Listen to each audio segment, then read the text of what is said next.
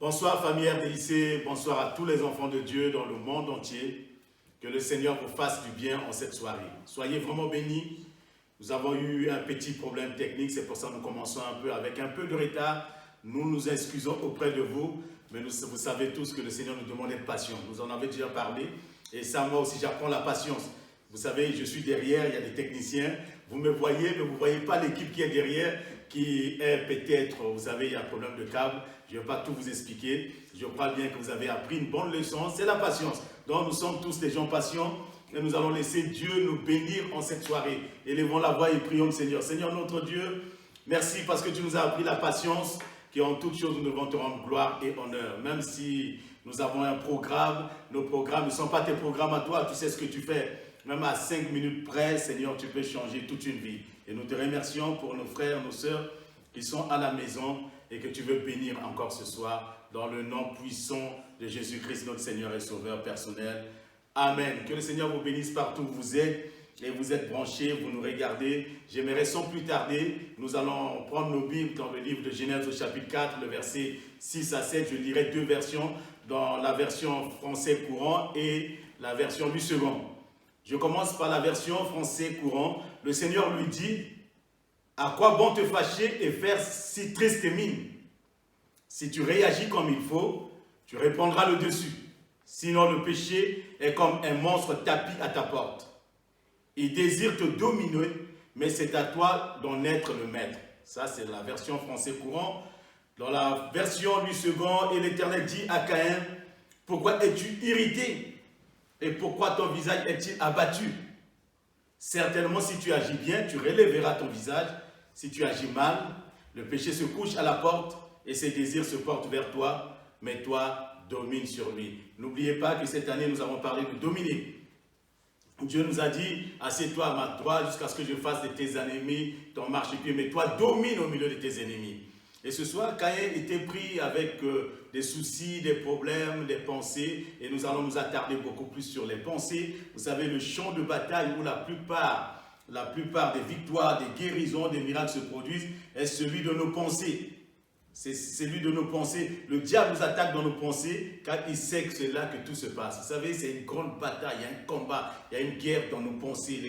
Les pensées, vous savez que nos pensées sont plus importantes. C'est d'une importance capitale car elles peuvent nous construire comme aussi nous détruire. L'homme peut se détruire au travers de ses pensées comme il peut aussi se construire au niveau de ses pensées. Et je pensais à ce que nous avons entendu il y a quelques années de cela, quand il y avait encore l'histoire de la guerre froide, et on parlait d'une guerre, mais il n'y avait pas un affrontement direct, mais c'était plutôt une lutte basée sur l'intimidation et sur la propagation.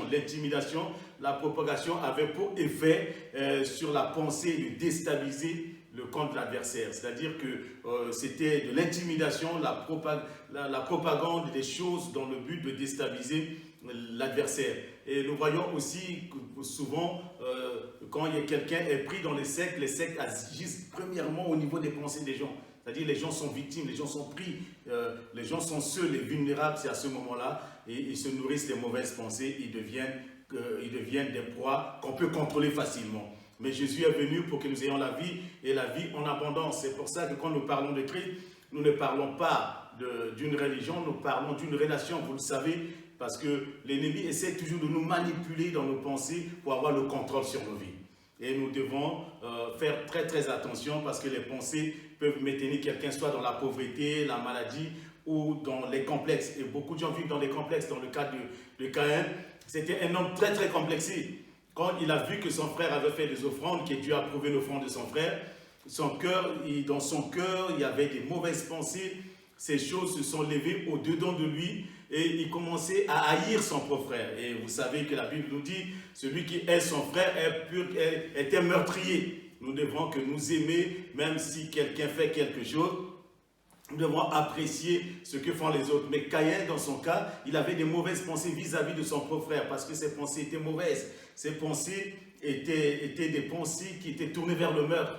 Les pensées tournées vers le vol, vers l'orgueil, vers l'incrédulité et vers l'adultère. Vous savez, toutes ces pensées étaient dans le cœur de cet homme. Mais la pensée qui va plus s'exprimer, c'est la pensée du meurtre. Il va tuer son frère parce qu'il ne pouvait pas, il n'avait pas le contrôle de sa vie. Alors que Dieu lui disait, le péché est là. Dieu l'a averti, il dit, toi domine sur le péché. Vous savez, il y a des choses que nous ne pouvons pas contrôler les gens, mais nous pouvons contrôler nos pensées.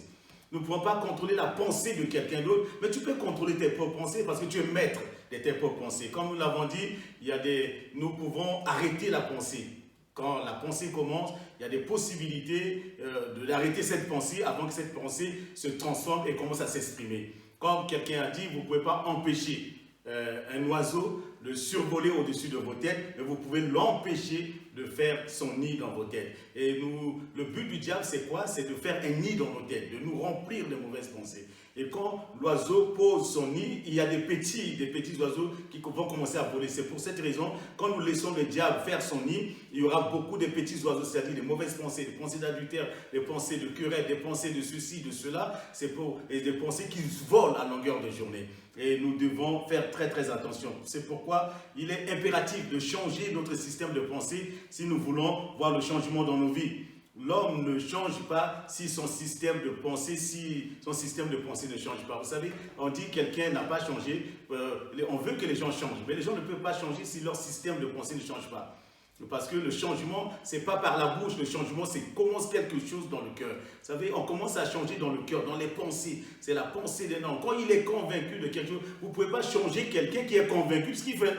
Mais c'est quand la personne elle-même trouve que ce qu'elle est en train de faire n'est pas bien, la personne va changer. Mais si vous essayez de changer quelqu'un en disant ce que vous faites, c'est pas ça, et que lui, il est convaincu qu'au fond de lui-même, ce qu'il fait est vrai, il continuera à le faire. C'est pour ça que quand Jésus vient parler aux gens, à l'époque, ces gens, ils étaient convaincus qu'ils étaient dans la vérité, parce qu'ils étaient sûrs d'eux-mêmes dans ce qu'ils étaient en train de vivre et de faire. Les pharisiens étaient sûrs et convaincus de leur spiritualité, malgré que Jésus leur disait, vos cœurs sont remplis de haine, de méchanceté. Ils n'osaient pas croire jusqu'au jour où cela se révèle, quand eux-mêmes, ils ont vu qu'ils ont arrêté quelqu'un.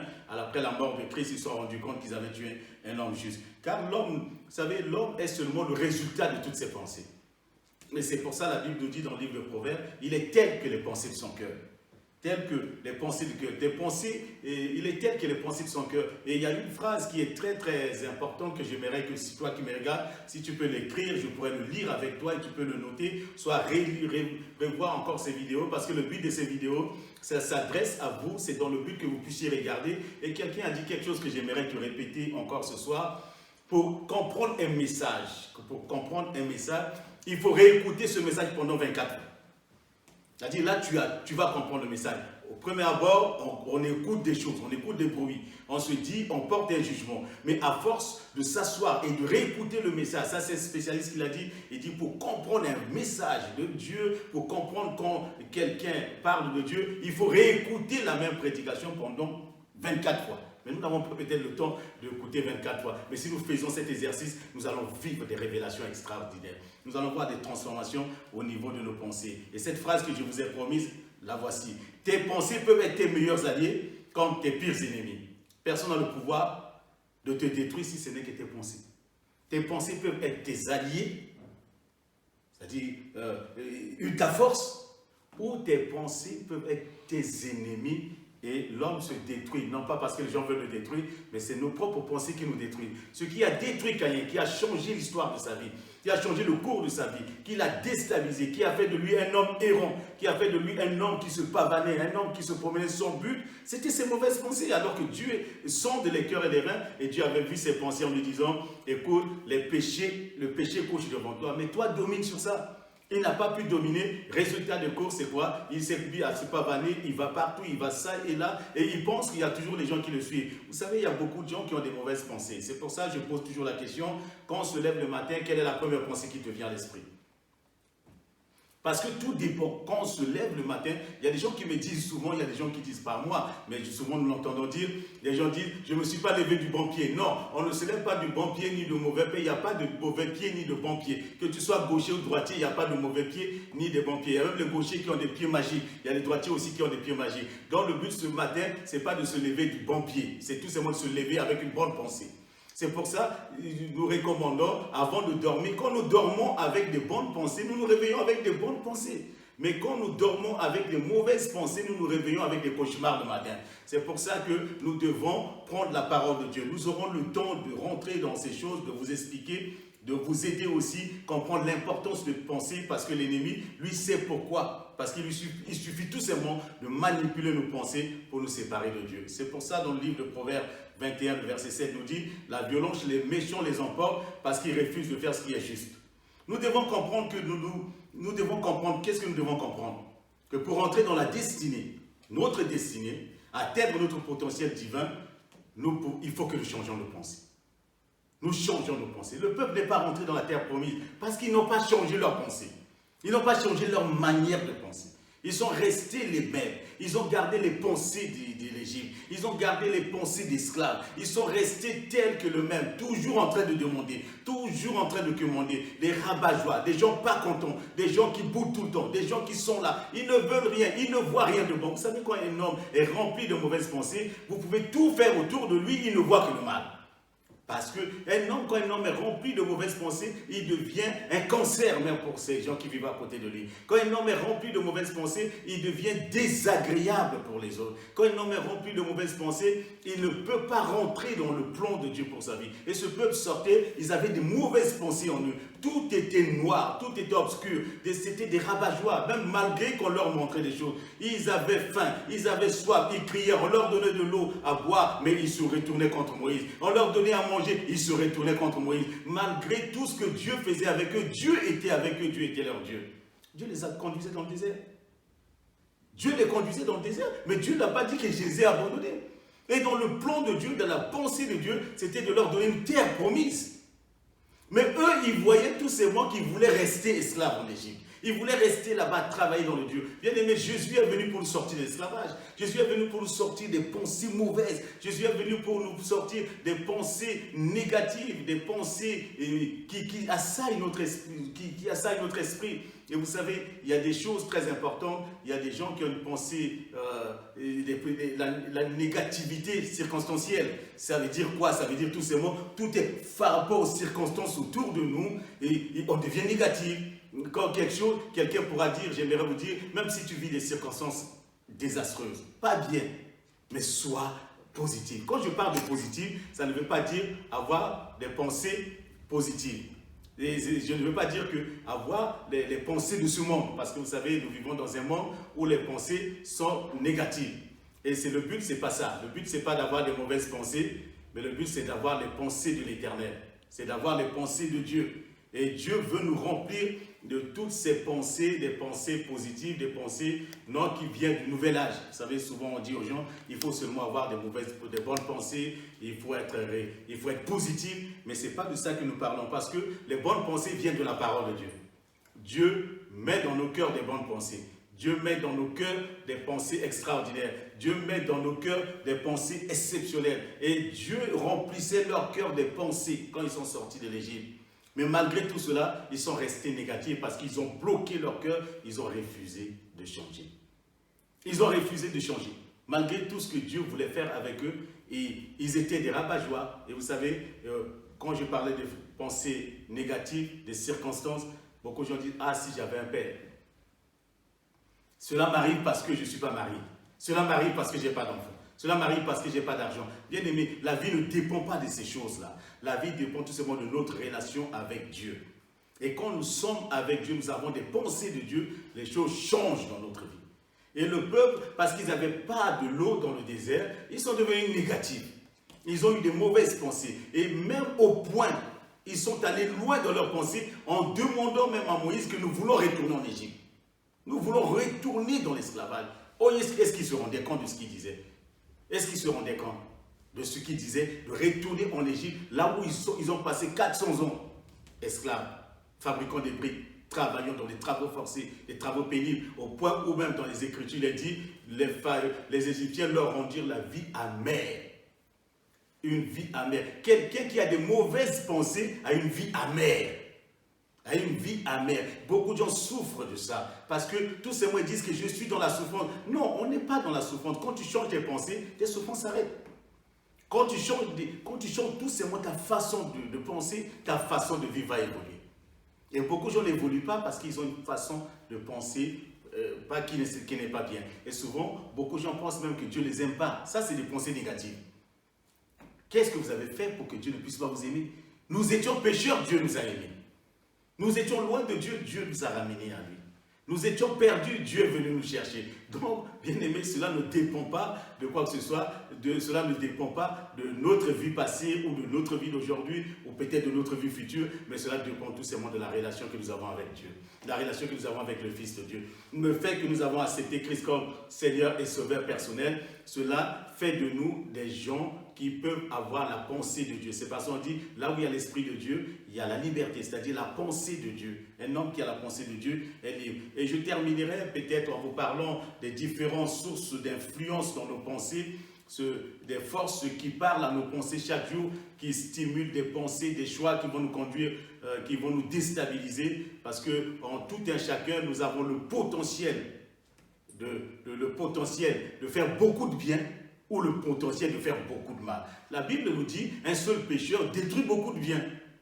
Un seul pécheur détruit beaucoup de bien. Donc il y a des sources, et parmi ces sources qui viennent influencer, qui nous parlent, qui déstabilisent nos pensées, il y a les médias, il y a la société qui parle dans nos pensées, cherchons à influencer même notre consommation. Nos loisirs, vous savez, les loisirs sont influencés. Tous nous aimons ceci, on nous fait dire que tout le monde doit manger ça, tout le monde doit faire ceci, et ça c'est aussi de l'influence. Des pensées qu'on met au-dedans de nous. Nos amis, la famille parlent aussi en essayant de nous influencer d'une manière et d'une autre. Et l'influence la plus puissante, mais l'influence la plus puissante est spirituelle. La plus puissante est spirituelle parce que le séducteur, le diable, parle aussi dans nos pensées en tentant de nous nourrir des pensées destructives et des pensées démoniaques. C'est là où Caïn était nourri des pensées destructives et des pensées démoniaques. C'est pour ça que Dieu l'avertissait. Bien aimé, c'est un avertissement du Seigneur en ce temps, que nous ne devons pas avoir de mauvaises pensées les uns envers les autres, que nous devons avoir des pensées saines. Nous devons, parce que quelqu'un qui a des pensées saines est en bonne santé. Quand nous avons des pensées, malsaines, nous pouvons avoir des problèmes. Et une célèbre phrase de mon formateur que j'aimerais que vous puissiez noter aussi. Cet homme il nous a formés, il a dit quelque chose que j'ai noté et que je garde dans mes documents et j'aimerais tout simplement, il se reconnaîtra aussi s'il écoute ce message, il saura que c'est de lui que je parle, je vais taire son nom, mais il disait ceci, les pensées conduisent à des sentiments. Les sentiments conduisent à des intentions. Les intentions conduisent à des choix. Les choix conduisent à des actions et les actions conduisent à des conséquences. Les pensées conduisent à des sentiments. Vous imaginez un peu? Pour terminer, les pensées conduisent à des sentiments. Quand David, il voit une femme, il a des sentiments, ce n'était pas sa femme. Ça fait naître en lui des sentiments. Mais les pensées qu'il avait en lui, ce n'étaient pas des bonnes pensées. Parce qu'en principe, David ne devait pas se retrouver là. David devait se retrouver sur le champ de bataille.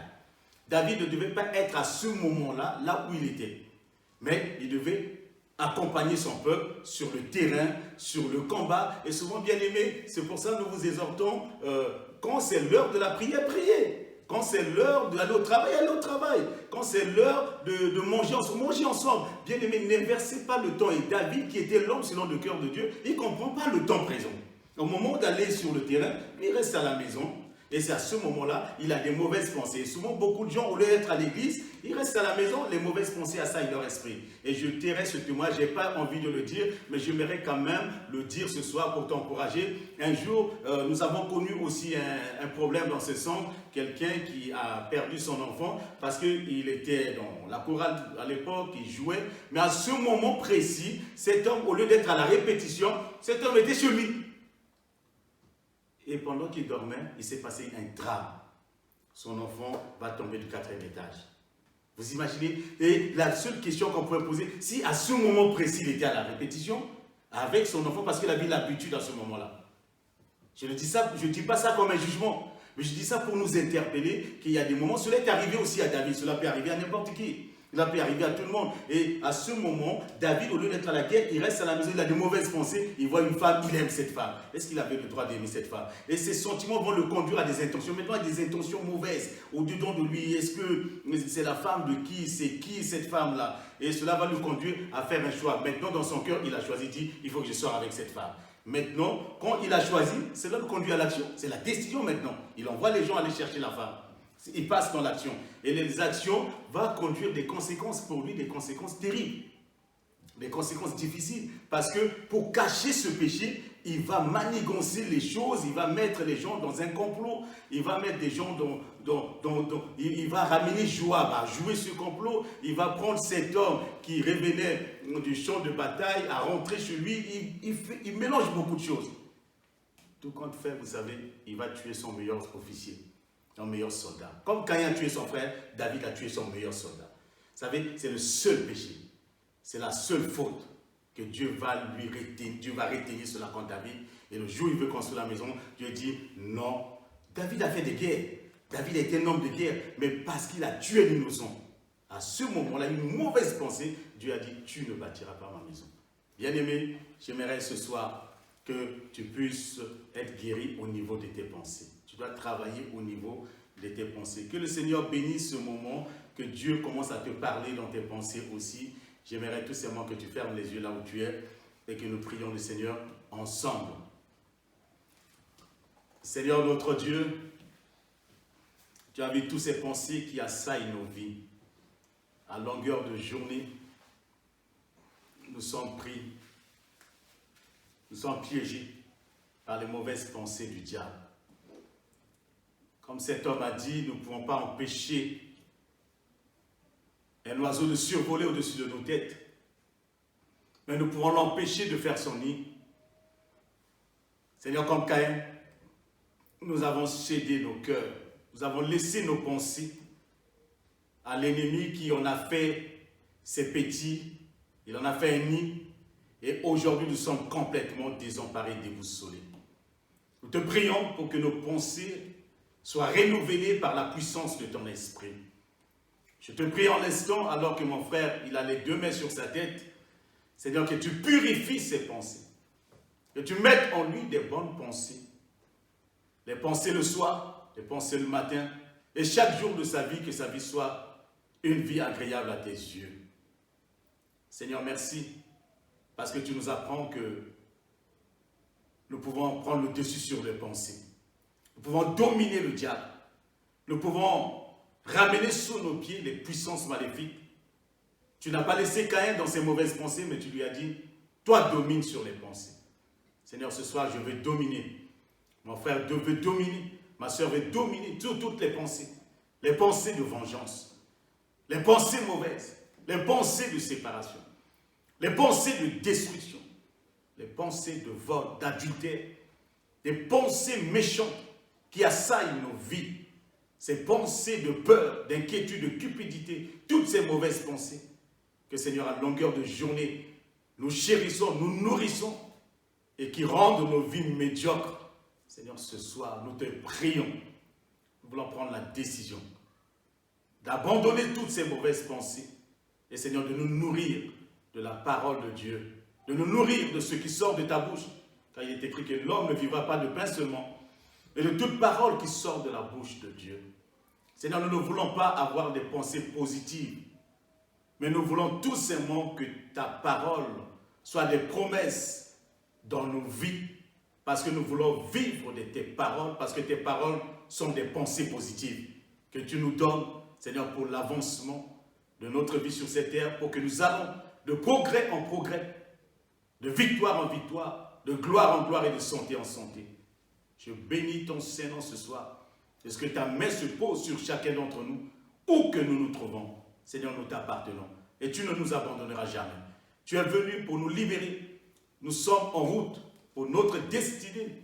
Nous sommes en route pour notre destinée prophétique en Jésus-Christ. Que Père, nous ne fassions pas comme les Hébreux dans le désert, ayant des mauvaises pensées, cherchons à retourner en arrière, qu'aucun d'entre nous ne retourne en arrière, mais que nous allons vers l'avant pour la seule gloire de ton nom. Je bénis ton peuple, et que tu bénisses aussi ton peuple, et que tu leur fasses du bien dans leur maison, qui dorment ce soir avec des bonnes pensées, qui se réveillent demain avec des pensées extraordinaires, qui leur permettra d'aller de victoire en victoire.